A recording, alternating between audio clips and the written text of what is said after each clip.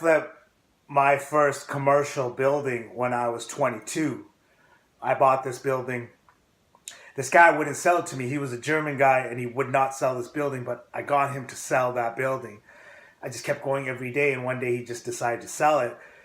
And I bought that building. I got a great price, I think back then, way back. This is a long, long time ago. But I can't remember the amounts, but that's relevant in this date. But I bought that building, and then I came in and I renovated the whole building, lifted the roofs. It was an extensive renovation, and I seen the vision before I had bought the building. Nobody could see that vision. Everybody drove by this thing every day, and it was a dive. Extended the walls, and I just did a really nice renovation, and that was my first building that I started earning money off of. I had leased it out, and then I sold it, and I made a profit, and then I fell in love in the whole real estate game. That was my first, and I was 22. And I said in my mind, I'm just like, yeah, real estate, I like this. But I didn't go hard in it. I just seen the value. And then I've been investing in real estate over a decade now. But I seen what all the value was in that industry. And I kept, still having my investments. And I started getting a little bit harder into it. I started then getting aggressive. So I started investing all over. I had investments in right across the country, in Winnipeg, in Calgary, and in Toronto. I bought some units at the Shangri-La, big, large units. And I remember then 2008 hit and the market dropped, especially in Toronto. And literally, I was leveraged up. All my cash was in this and cash was in that, and I had mortgages, and I was... I was on top of the world at the time. I thought, this is it. I'm good. I'm making this money. I'm hustling it.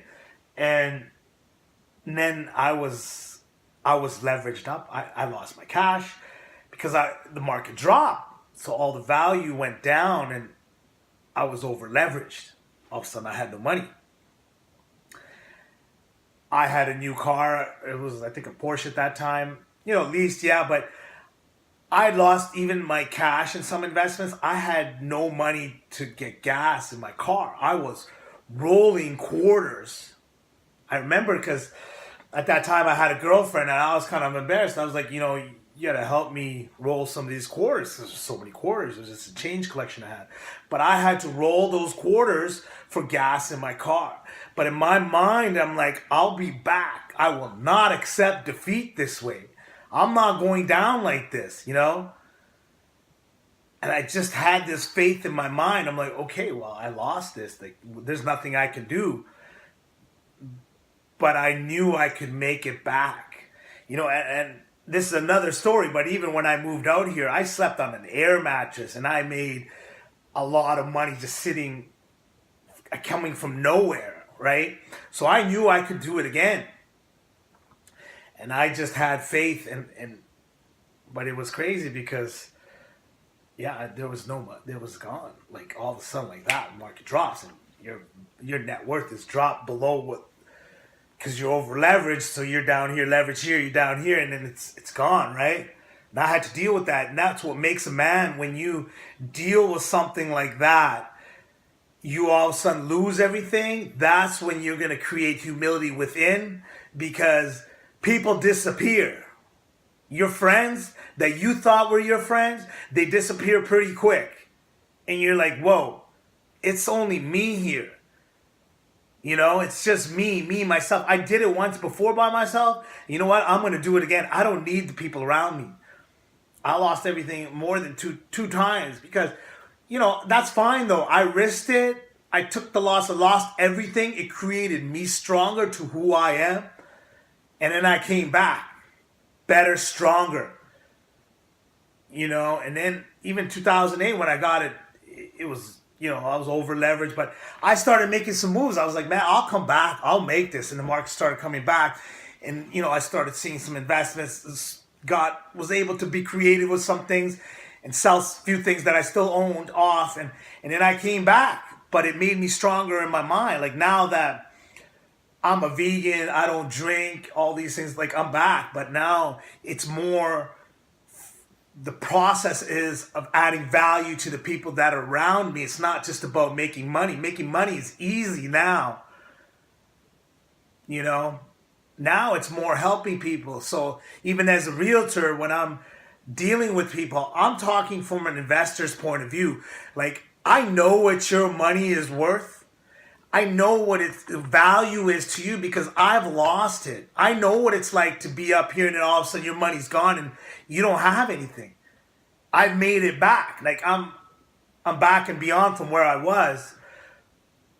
But I value that. I would never, I think realtors, they have to lose money because usually they've never lost it. So you cannot relate with someone, with the client saying, I've already lost money. I know what it feels like and I never want you to feel that. That's why it's more than a commission to me. Even the commissions, I donate 10%. We donate 10% to charity. Because again, it's the whole process for us is to better everybody that's involved. And our client chooses the charity where the money goes. So, all these adversities coming back from broke, literally almost, and coming back, it made me a better person each time to add value to the people in the process. That goes from myself first. I got to better myself every day to add value to every single person that comes across my path every day, from our clients, first of all, to our team's families, our clients, their families, everybody. And it starts with me. If I can't have that from inside, from within, then I cannot offer that to anybody that is near me. So it's very dear for me from coming from that area in my life to come here, and it's a passion for me. Real estate is my passion. I wake up, I go to sleep, I everything is real estate. Whether it's my investment companies or whether it's our real estate group, marketing group, we're selling things, we're selling for people, we're bettering people's lives. I just want to make a difference from those people's lives to all the people in their family, to say, hey, that Brar guy, he cares. He cares. Because I do. I care for every single person that is on my path, that comes across my path, because that's my divine path. That's where I come from, because I came from nothing. And I made something and I lost it. And then I made it again and lost it, and then I'm back now. But now, I don't drink. I don't, I'm a vegan. I'm here to better people. That's my process. I have to get up and I have to better every single person every day that comes across my path. Because I've experienced it.